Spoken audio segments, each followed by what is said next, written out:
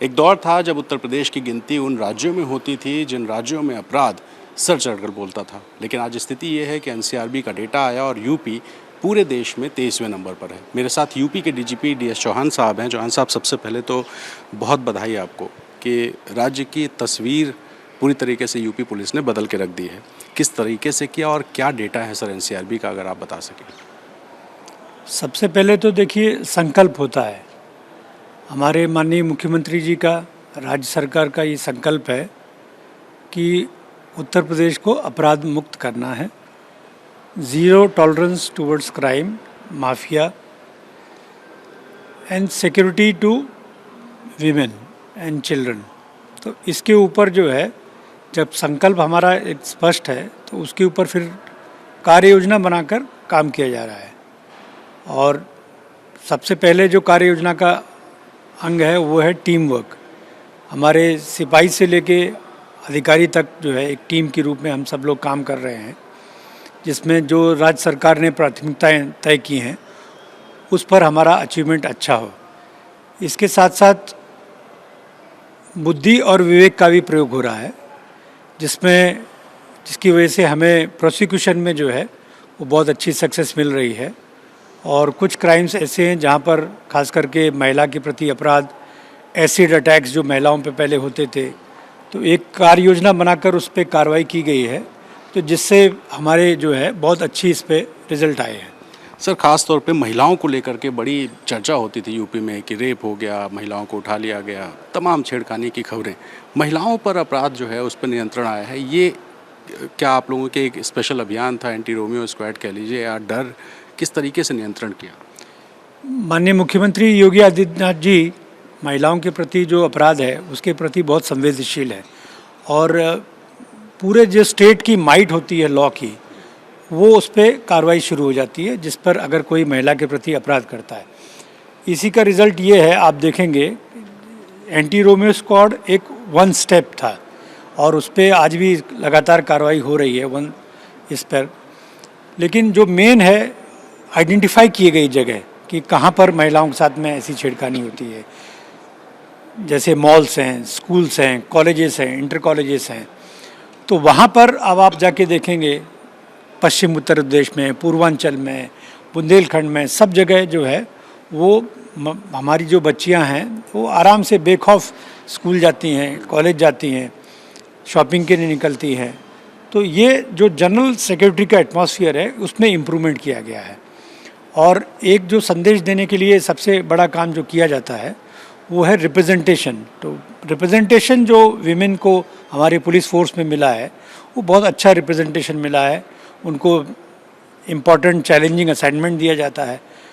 वो उनकी petrol party निकलती है, पिंक पेट्रोल्स निकलते हैं, हमारे पिंक स्कूटर्स निकलते हैं, पिंक बूथ्स खड़े किए गए हैं ताकि महिलाएं, बच्चियों, किसी को कोई शिकायत है तो वहाँ पहुँच जाए। हमारा 1090 है, 112 है, और 112 में भी हम लोगों ने जो है एक लूज एंड्स थे वो टाई अप कर लिए हैं कि मामला तभी बंद होता है जब कंप्लेनेंट जो हमारी बच्ची होती है, जब वो कहती है कि हाँ मैं सेटिस्फाइड हूँ, तभी वो मामला क्लोज होता है।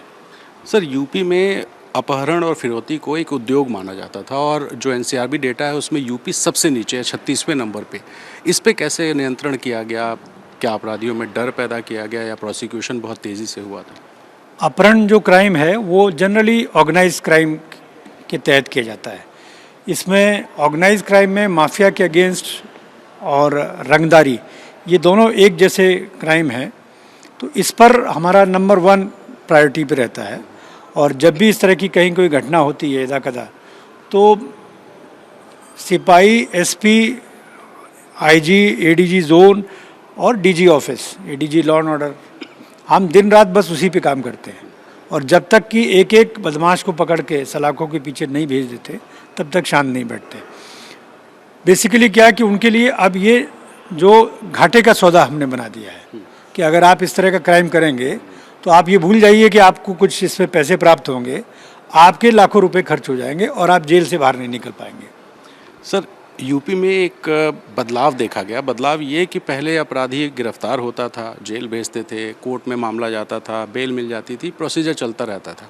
अभी एक बुलडोज़र की प्रक्रिया शुरू हुई है। बुलडोज़र ने भी बहुत मदद की है पुलिस को। देखिए, जो बुलडोज़र की प्रक्रिया है ये कानूनी रूप से सारे प्रावधानों का पालन करते हुए की जा रही है।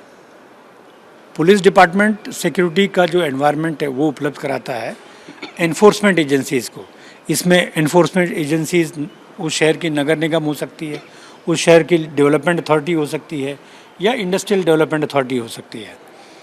और चूंकि हमने अच्छा सिक्योरिटी एनवायरनमेंट दे दिया तो इन एजेंसीज़ को अब उस प्रोविज़न में काम करने में आसानी हो रही है और हर जगह पूरी ड्यू लीगल प्रोसेस जो है वो फॉलो की जा रही है। आपने देखा होगा हाई कोर्ट में, सुप्रीम कोर्ट में हमारे एक्शंस को अपहोल्ड किया गया है।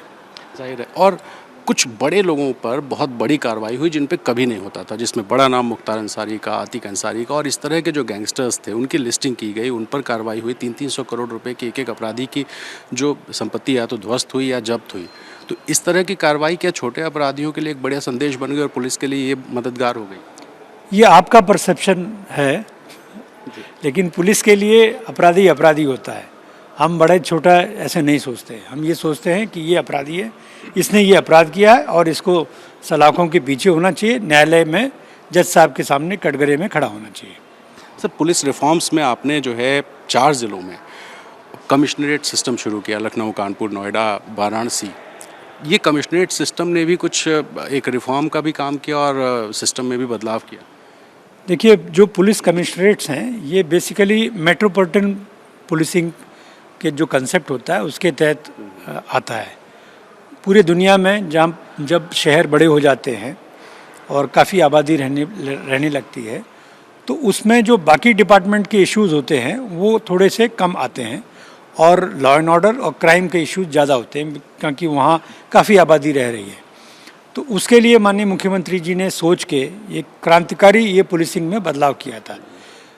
उत्तर प्रदेश पुलिस की ये मांग आज़ादी के बाद से थी कि जहाँ ज़्यादा आबादी है वहाँ हमें लॉ एंड ऑर्डर इन्फोर्स करने के लिए, क्राइम कंट्रोल करने के लिए इस तरह की व्यवस्था चाहिए। इस व्यवस्था में लीगल पावर्स पुलिस के डिफरेंट होते हैं, पुलिस की रिस्पॉन्सिबिलिटी डिफरेंट होती है, प्लस हमें अंदर अपने आप को भी अब कोई एक्सक्यूज़ नहीं बनता कि जब आप पुलिस कमिश्नर हैं, सारे आपके पास पावर है तो फिर आपको जो है कार्रवाई करनी पड़ेगी। आप ये नहीं कह सकते कि इस गवर्नमेंट डिपार्टमेंट में ये नहीं किया, उसने नहीं किया।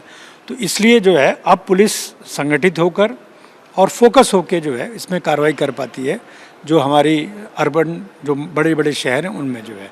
तो इसलिए ये बहुत सक्सेसफुल जो है ये चेंज रहा है उत्तर प्रदेश पुलिस के लिए। तो ये उम्मीद करें कि कुछ और शहरों में बढ़ सकता है? देखिए, वो राज्य सरकार का विषय है। राज्य सरकार के पास में एक क्राइटेरिया है कि शहर की कितनी आबादी होनी चाहिए, कितनी समस्याएं होनी चाहिए, पुलिसिंग लॉ एंड ऑर्डर को लेके क्या क्या समस्या आ रही है। उसके बाद में फिर एक सुविचारित जो है इस पर डिलिब्रेशन होता है, तब ये तय किया जाता है। क्योंकि कमिश्नरेट सिस्टम लागू करना तो बहुत आसान है पर उसको सक्सेसफुल बनाना ये बहुत मेहनत का काम है। सर, एक सवाल थोड़ा सा हटके ये है कि राज्य सरकार पुलिस को किस तरह से बदल रही है, किस तरह का रिफॉर्म राज्य सरकार कर रही है, किस तरह की मदद मिल रही है? राज्य सरकार में जो हमने बदलाव देखा है, मैं इस काडर में 34 साल से आईपीएस अफसर हूँ, जो राज्य सरकार की सोच में हमने बदलाव देखा है। नंबर 1 प्रायोरिटी है लॉ एंड ऑर्डर और क्राइम कंट्रोल। नंबर 2 संसाधनों की अब कमी नहीं आड़े आने दी जाती। और दूसरा जो राज्य सरकार में सोच है, जो बहुत बदलाव आया है, वो ये है कि टेक्निकली प्रोफिशिएंट फोर्स होना चाहिए। टेक्नोलॉजी में जो है केवल मैन पावर से काम नहीं चलेगा, मैन पावर के साथ साथ अच्छी तकनीक का इस्तेमाल, ये इसके ऊपर राज्य सरकार जोर दे रही है। तो उससे हमें बहुत बेनिफिट मिल रहा है। तो ये एसएसएफ जैसी नई फोर्स का जो गठन है, ये उसी रिफॉर्म का एक हिस्सा है कि एक स्पेशलाइज्ड ट्रेंड आपके लोगों की एक फ़ौज होगी जो अलग अलग जगहों पर सिक्योरिटी करेगी? देश जैसे से आगे बढ़ रहा है तो क्राइम के कैरेक्टर में भी तब्दीली आ रही है। क्राइम भी स्पेशलाइज होता जाता है, जैसे साइबर क्राइम है या नार्को क्राइम है ड्रग्स का, वो अब डार्क वेब के थ्रू होने लगा है। तो अगर आपके पास में वो टेक्निकल टूल्स नहीं है जिससे आप डार्क वेब में पेनिट्रेट कर सकें तो आप इस पर काबू नहीं कर पाएंगे। इसी तरह से साइबर क्राइम है, आप आज एक लेवल पे सोचते हैं टेक्नोलॉजी के, तब तक पता चला जो है जो साइबर क्रिमिनल्स हैं वो उससे आगे बढ़ गए हैं। तो उसी के तहत राज्य सरकार ने ये टूल्स दिए हैं जगह जगह हमारे जो रेंज स्तर पर है साइबर थाने, साइबर ऑफिसेज जो है खोले जा रहे हैं और साथ में अपने लोगों की ट्रेनिंग भी की जा रही है। इसलिए हमें साइबर क्राइम में भी काफ़ी सफलता हासिल हुई है। आप नंबर देखेंगे तो यूपी नंबर 1 में है और उसकी वजह ये है कि हम कभी भी किसी आदमी को मना नहीं करते कि आप अपनी कंप्लेंट दर्ज करना चाहते हैं। आपको भले ही छोटी हो, आपका 500 रुपया निकाल लिया हो, आप आइए अपनी कंप्लेंट दर्ज करिए, उस पर हम कार्रवाई करेंगे, क्योंकि जो 500 रुपये से स्टार्ट होता है वही 5 करोड़ पे जाता है। अच्छा सर, आपने एंटी भूमाफिया स्क्वाड शुरू किया, एंटी रोमियो स्क्वाड शुरू किया, अभी ड्रग्स को लेके, नार्कोटिक्स को लेके एक नया कैंपेन शुरू हो रहा है। 56,000 के आसपास छोटी बड़ी गिरफ्तारियां हिरासत हो चुके, 39 लाख किलो ड्रग्स अभी तक जब्त हो चुका है, और जबकि अभियान अभी शुरू हो रहा है, तो आगे क्या लक्ष्य है? देखिए, पहले तो राज्य सरकार ने हमें, माननीय मुख्यमंत्री जी ने एक नए पुलिस फोर्स का गठन किया है। जैसे STF है ऑर्गेनाइज क्राइम के लिए, वैसे ही एंटी नार्कोटिक्स टास्क फोर्स एक गठन किया है फोर्स का। इसका स्प्रेड जो है प्रदेश के सभी कोनों में रहेगा, पश्चिम, मध्य और पूर्वांचल और साथ में जो है वो बुंदेलखंड का एरिया। तो इनके स्पेशलाइज थानों की इस्टेब्लिशमेंट है, इनके ऑपरेशनल टीम्स की इस्टेब्लिशमेंट है, तो उसके आधार पर फिर कार्रवाई करेंगे। और पहले भी बहुत अच्छी कार्रवाई हुई है, लेकिन ऑर्गेनाइज तरीके से नहीं इतनी होती थी। अब ये स्पेशलाइज फोर्स बन गया है, तो इसको ऑर्गेनाइज तरीके से कार्रवाई होगी। माननीय मुख्यमंत्री जी का संकल्प है कि हम अपने युवाओं को सेहतमंद, मजबूत और ताकतवर बनाएंगे। तो उसमें ये एक रोड़ा है जो देश के दुश्मन ड्रग्स हमारे इसमें डालते हैं देश में, तो उसके अगेंस्ट ये लड़ाई लड़ी जा रही है। क्राइम रोकने के लिए सर फॉरेंसिक्स का बड़ा रोल होता है, साइंस का। फॉरेंसिक्स का एक इंस्टीट्यूट लखनऊ में बन भी रहा है, कब तक बन जाएगा और उससे कितनी मदद मिलने वाली यूपी पुलिस को? जो मुझे दिखाई देता है, हमारा फॉरेंसिक इंस्टीट्यूट जो है वो इसमें काफ़ी 40% काम हो गया है, और मुझे लगता है कि साल 1.5 साल के अंदर ये ऑपरेशनल हो जाएगा। ये सेंटर ऑफ एक्सीलेंस के रूप में विकसित किया जा रहा है। हमारे जो टारगेट अभी हमने अचीव किया है, वो सभी रेंज स्तर पर हमारे फॉरेंसिक लैब्स की स्थापना हो गई है, और काफ़ी हद तक अभी 4 लैब्स माननीय मुख्यमंत्री जी ने इनॉग्रेट किए हैं।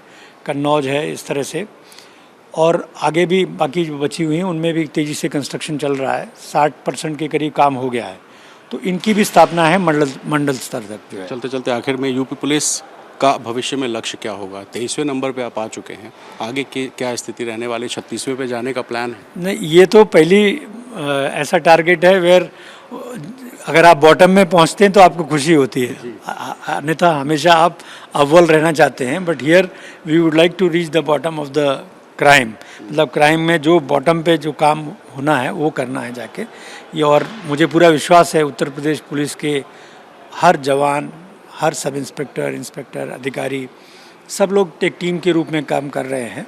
हम अंदर की पुलिसिंग भी करते रहते हैं।